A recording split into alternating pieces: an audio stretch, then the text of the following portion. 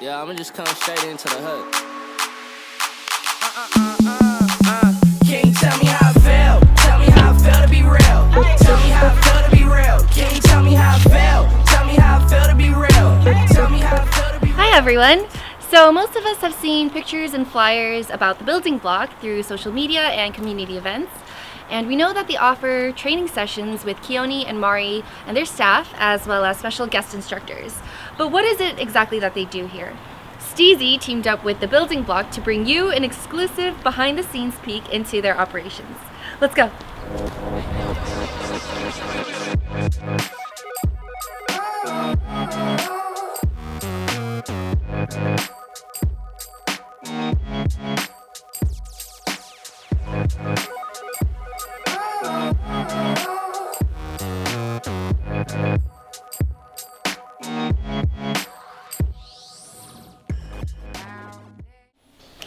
Welcome to Building Block.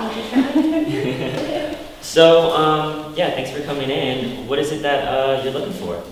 I just want to work on some weaknesses as a dancer because I feel like my footwork isn't the strongest for me. Also, when I perform or when I learn, I notice that it's hard for me to really commit to my levels. Okay. So maybe something that can improve that for me. Yeah, so we have a lot of stuff that we can really work on with you with those things.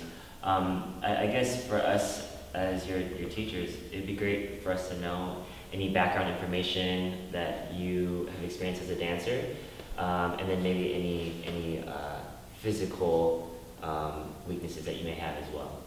Like I didn't start out freestyling or just moving on my own, so I never really took the time to get to know my body organically, which is why I feel comfortable when I'm given instruction, when I'm learning choreography and it's very clear, but when it comes to grooving or when it comes to like feeling comfortable with how I'm moving, how I'm feeling the music, I get insecure. Physically, I think strengthening my core, legs, and yeah, really connecting how I feel with how I'm moving. And I think you hit all the points that we usually talk about here at Building Block is, we want to train you physically, yes, because dancing is so physical. And if we're not taking care of our bodies will not take care of us. The second part is the skill stuff. So as far as dancing goes, not just teaching you movements, but also teaching you how to move, because you have to move before you apply the movement. And the third part is the mental part, the overcoming those insecurities that you talk about, because dancing is not just a sport, but it's also an art, and a lot of that has to do with us up here and in here. So trying to figure out how we can apply all those things and improve those one step at a time, starting with footwork and starting and continuing with levels and things like that is how we'll attack your sessions. Awesome. Sounds great. Cool. So let's start with a stretch.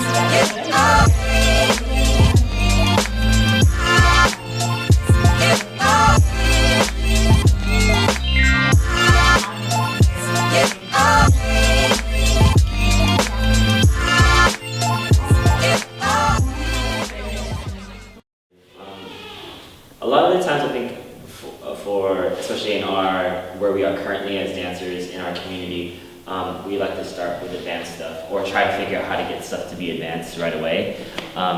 But how we like to do things, or how we've learned, and I think the proper way to learn things is starting from with the foundation of the steps and then elevating them from there. So what we're going to do is we're going to take your letters, we're going to teach you the letters, and then we're going to build sentences, build paragraphs and so forth. So we're gonna start with very simple steps. Mari's gonna show you, and then we're gonna try to advance them as we go along. But yeah, these are very simple house steps that if you can get these down, you can get anything down, really. Yeah. Cool. So the first one's very, very basic. You're just going to go on your heel, toe, heel, toe, and then switch you guys like heel, toe, left, right.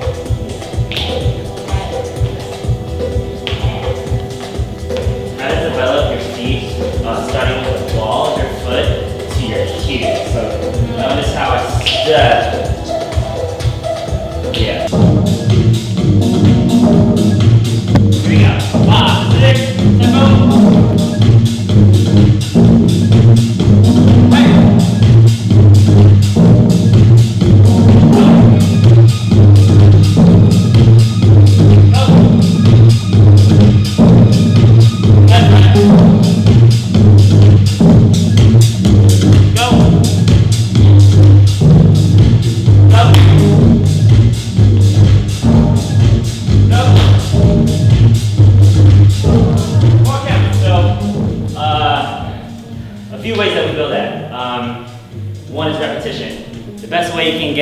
The correct way is by just repeating it over and over and getting that practice in.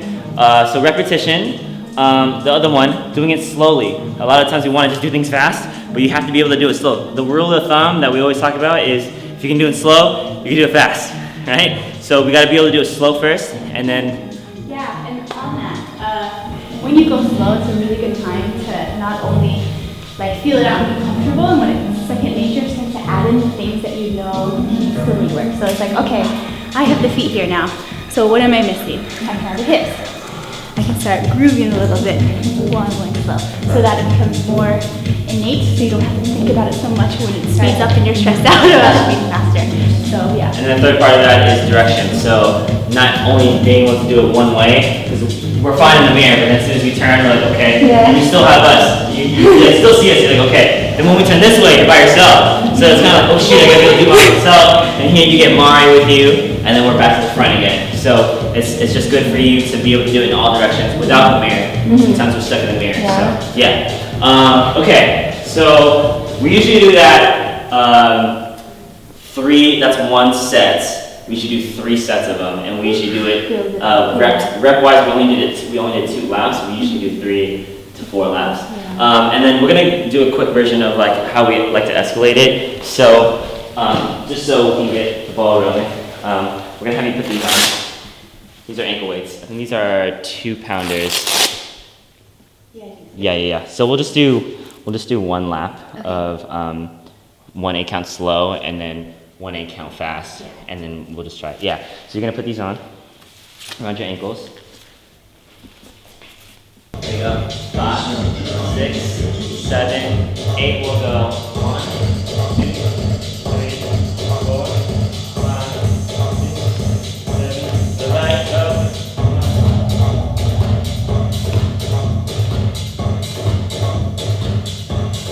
Good.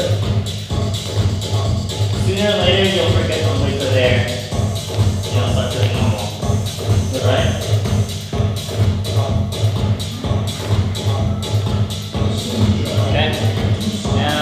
Here we go. Oh, sorry. Go, right. Back. Right. And new step, slowly. Okay, give that tempo. Nice. Go. Go. Now, the weights are more up and down resistance, so impacting the ground and lifting up your legs. Now, the resistance bands are more left and right, so being able to stretch your hips out and moving your feet a little bigger, like on that set, keeping your feet out. So we're gonna put these guys on. It feels really, really weird at first. I feel like I'm gonna trip. No, No, you'll be okay. Yeah.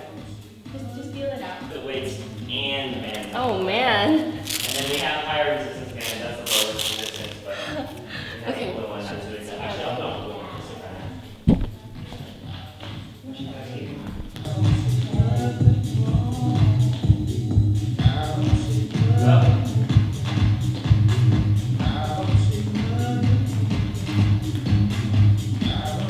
Here we go. Go. And stop. So weird, but I feel like for this, for some, like the way that it contracts back, it feels more natural to go through this now. Like it's pulling me back. Yeah. Yeah. It's like almost easier.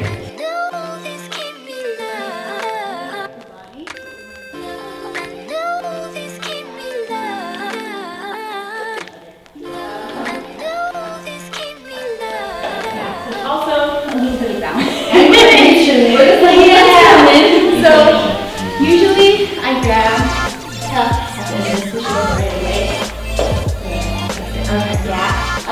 The thing that we want you to try and focus on body-wise is for you not to go like you're this and bend with your back. Yeah. We want to try and bend with your left hand and reach for the ball. Yeah. Cool. Let's try it a little faster. 5, 6, 7, 8. 1 and 2, 3 and 4, 5 and 6, 7 and 8. Nice. 1 and 2, 3 and 4, Nice. 5 and 6, 7 and 8. Good. Yeah. It's their repping. Cool. Yeah, I already noticed it. So before when you were doing this step, you were a little more sharp with it. But now what this drill is forcing you to do is absorb the ground underneath you when you do, because we wanted you to be a little more loose with it, but now you're doing it unconsciously because you're having to bend down to the ground and reach for the ball, and you're having to be careful when you place it. You can't just be sharp when you go there. So we want that. That whatever you're doing now, keep that. Okay. You're doing it naturally because you're focusing on the ball, Yeah. but that means your body can do it. So when you do it without the ball, you definitely have that capability. You just have to let it out. Yeah. Let's go one more time, front and back. Do you want to try music this time? Yeah.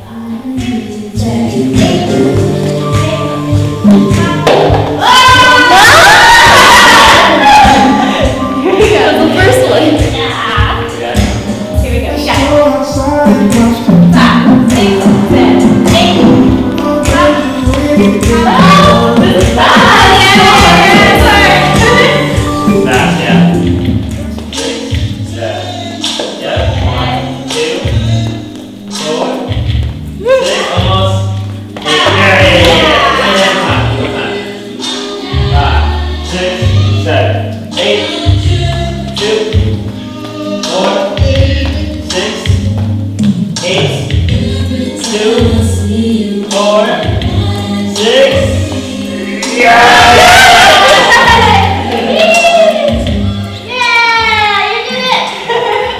Cool. Yeah, that's all we have. Good job. Actually, this space kind of inspired the idea. It's such a small space, right? But we wanted to use that to our advantage, and we thought, how can we utilize this space? There's got to be a way. And so, both Mari and I, from traveling throughout the years, it's been almost 8 years traveling and teaching, and hearing so many different dancers and meeting so many different dancers and hearing about all the things that they go through and hearing kind of like needs of the dance world and what people are looking for. And a lot of the times they ask about, how can I work with you? How can I train under you? And that's a common thing amongst a lot of choreographers. And so the thought about that and giving, not replacing the class, because the class is always a place for people to learn and for people to just drop into. But this is just another option for people who want to dive deeper into their training and want to specifically get that knowledge and the training and the education they can from a specific choreographer that they may look up to. I mean, a lot of the times there are like privates where you have, you know, a teacher and a student and you teach them choreography and then that's it, they leave. But from here, we don't want to just have that. Like, we have a minimum of 5 sessions. And we want to make sure that the student is actually leaving, not just leaving a better dancer, yes, but we also want them to leave a better person, because ultimately the things that you learn in dance, you apply in life. Yes. And we're all so much about that. And I think, you know, they go hand in hand with how you are as a dancer and you are as a person. And so we want to just apply, like, I know for myself, like, I'm a big sports person, and Mari was in gymnastics, and a lot of dancers, they have outside things that they bring into dancing that help with their dancing. So this is that place, and we have equipment, as you saw, to kind of help you out physically, and how can we use that in our sessions.